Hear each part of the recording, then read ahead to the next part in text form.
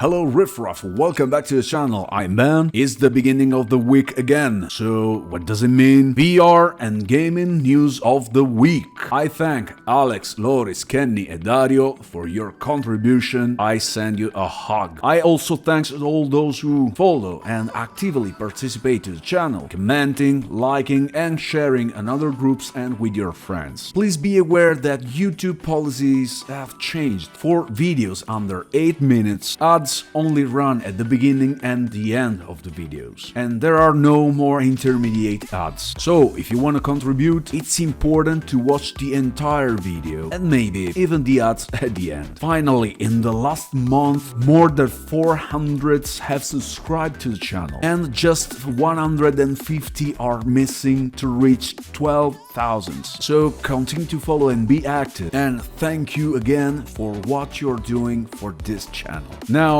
I'm sure I'm pretty pissed you off already, so let's start with the news. Okay, 5 years has passed since the release of Creed Rise to Glory, one of the best VR boxing games available on Steam, PSVR 2 and Quest headsets. Unfortunately, the Steam version was left a little behind. But last week on the Championship Edition on Meta headset and PSVR 2, an update has been released that add new contents, as Tommy the Machine Gun, the antagonist in Rocky V. Other fitness feature has been added, such as the ability to add calorie consumption goals, hand tracking and much more. Vertigo Games has now become synonymous with quality in VR development. On the other hand, we are talking about the developers of Arizona Sunshine and the upcoming second chapter. And as if this was not enough, there are rumors according to which Vertigo Game is working on a high-profile AAA game. According to what we discovered, for the creation of this game, proven experience in level design is required for action and adventure games on console and PC. Vertigo Games want to stand out for sure. This year, they brought us experience of the caliber of Another Fisherman's Tale, Hellsweeper, and Arizona Sunshine is about to arrive. And they still do not stop. I hope this guy's commitment to development of AAA games in VR be recognized and rewarded. Let's talk about ByteDance and Pico and the recent news about the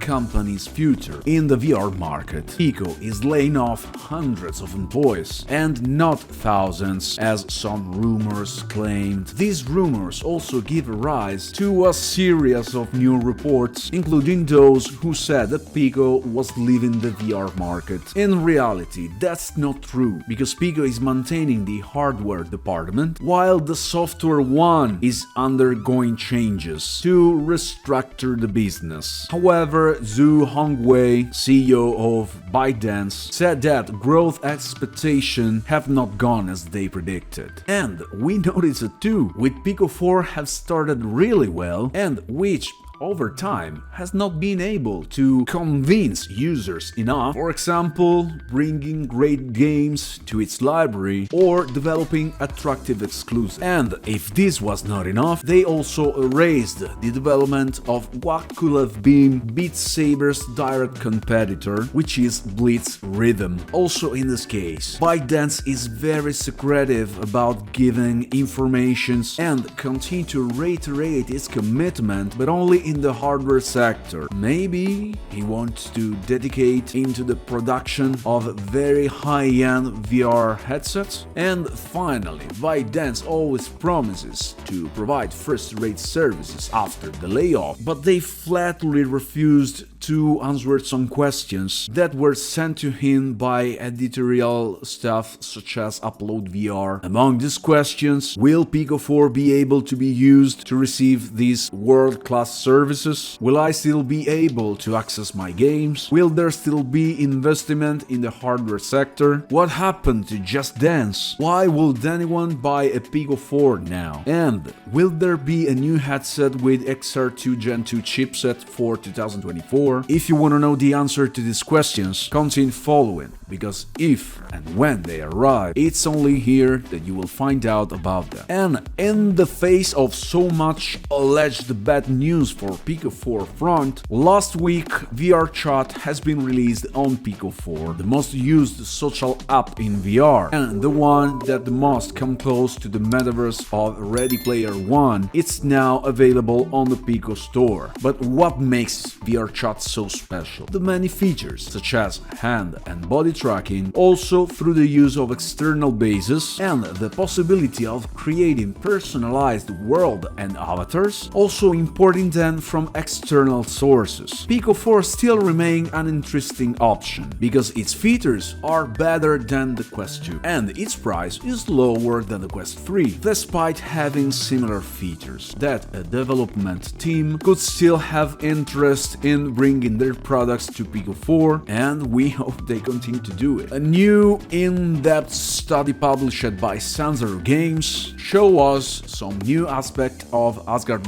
2, like Bess is a merchant from which you can buy potions and that you can find in the bazaar, where you can also purchase weapons and armors. Then we have Castor and Pollux, who in addition to join the adventure will be able to create hunting equipment or cooking. Hunting will be a very important aspect in Asgard 2, and some of the prey are real mini-bosses, some of them really hard to face. And then a whole series of additional elements are shown, such as mini-games with the slingshot, pinball, fishing, and the Pillars of Nath, in which you will have to face combat challenges, which will require a lot of skill. I remind you that Asgard is coming on 15 December only for Meta headsets, and which is free if you purchase a Quest 3. Also, by purchasing Asgard 2 in pre-order, you also get a copy of the first chapter, as well as other items and skins. Meta wanted to attempt a coup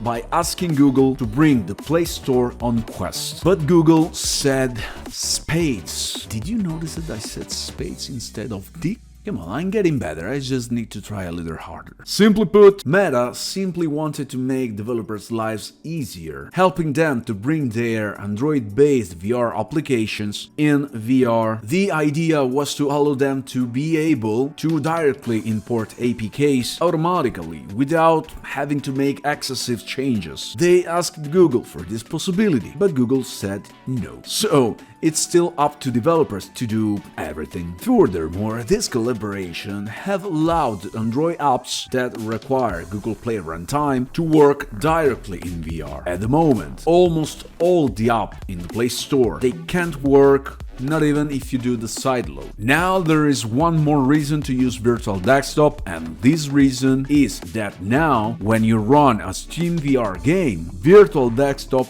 bypass Steam, and this means a gain in performance, because the PC will have one less program to manage. This option can be activated directly in the Virtual Desktop Streamer app, setting the OpenXR runtime in VDXR, but for more details, I will do a complete guide about Virtual Desktop soon, so now more than ever, subscribe and continue following. Guys, get over it. Meta doesn't want to add eye tracking on Quest 3. Buzzword has officially declared now, and it shut down the lights on all those rumors who said an eye tracking add-on was coming soon. Buzzword's word was clear: there is no way to perform eye tracking on the Quest 3, neither from above, from below, nor with an accessories. They themselves have already thought about it, but they did not find any practical solution for it. For eye tracking, it's necessary that inside the mask there is an IR lighting system aimed at the eyes, and this means that the eye caps should be replaced. Cameras could be placed in several spots, and there is very little space. Therefore, no matter what,